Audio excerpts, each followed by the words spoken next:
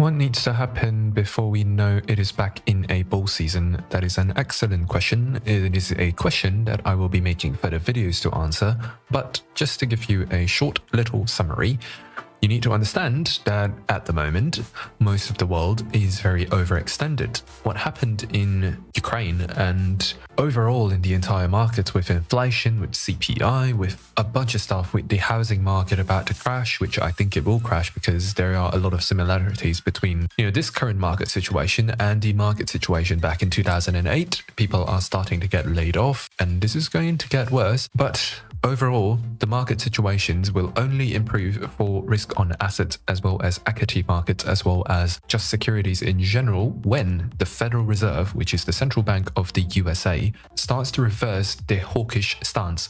Now, what does hawkish mean?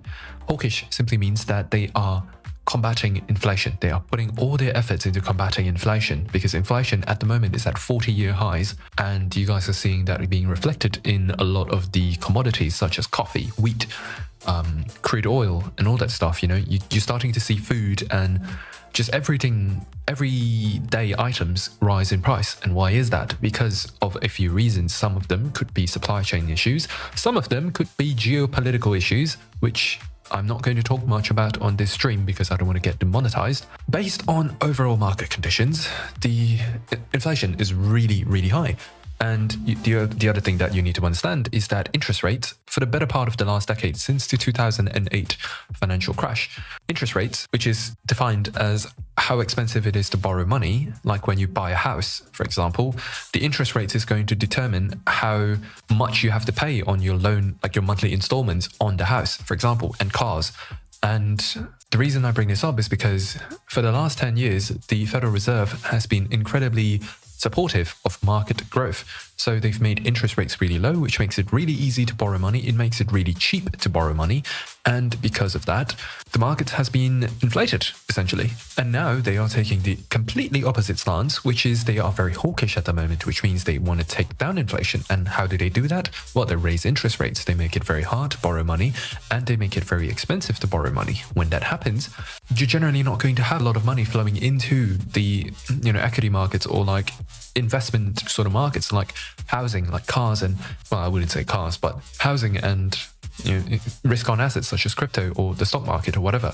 When that happens, as long as they continue to do that, to raise interest rates and to do quantitative tightening, which is the other thing that I wanted to talk about. Quantitative tightening is the opposite of quantitative easing, which is, quantitative easing is when they print a bunch of money, right? Quantitative tightening is when they sell off the assets in their balance sheet. For example, let's say they own X amount of shares of X company and that is a part of their balance sheet. So in order to do quantitative tightening, they tend to sell that off. So in a way, the Federal Reserve is like a liquidity provider in the markets, and they are part of the reason why market valuations are as high as they are or as low as they are. So in that sense, you can imagine that if they do decide to pull out of continuing to invest in the markets, you can imagine that perhaps these valuations are going to drop.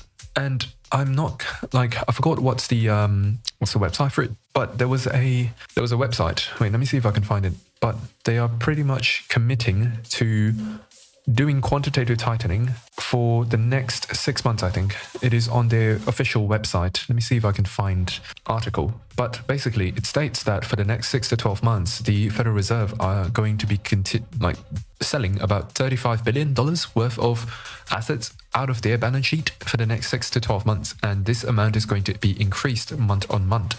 So as long as the Federal Reserve continues to have this stance of raising interest rates and being selling off their assets, you can imagine the markets are probably not going to do too well. And because of that, you won't see a crypto bull market, or you're not going to see a recovery of markets in general until they do decide to reverse their stance. And when that happens, it's probably going to take at least 6 to 12 months. So hopefully that answers your question for you.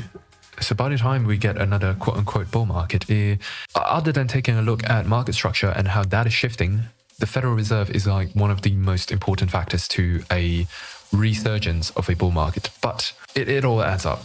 I'm just telling you the most important factor. As for taking a look at market structure, then you're going to want to see some kind of a shift, like some kind of around the bottom. You're going to want to see market structure shifting into making high highs and high lows consistently.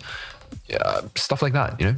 And when the time comes, I'm definitely going to be making another video on that. And so make sure you subscribe to the YouTube channel and turn on the bell notification so that you are up to date on that.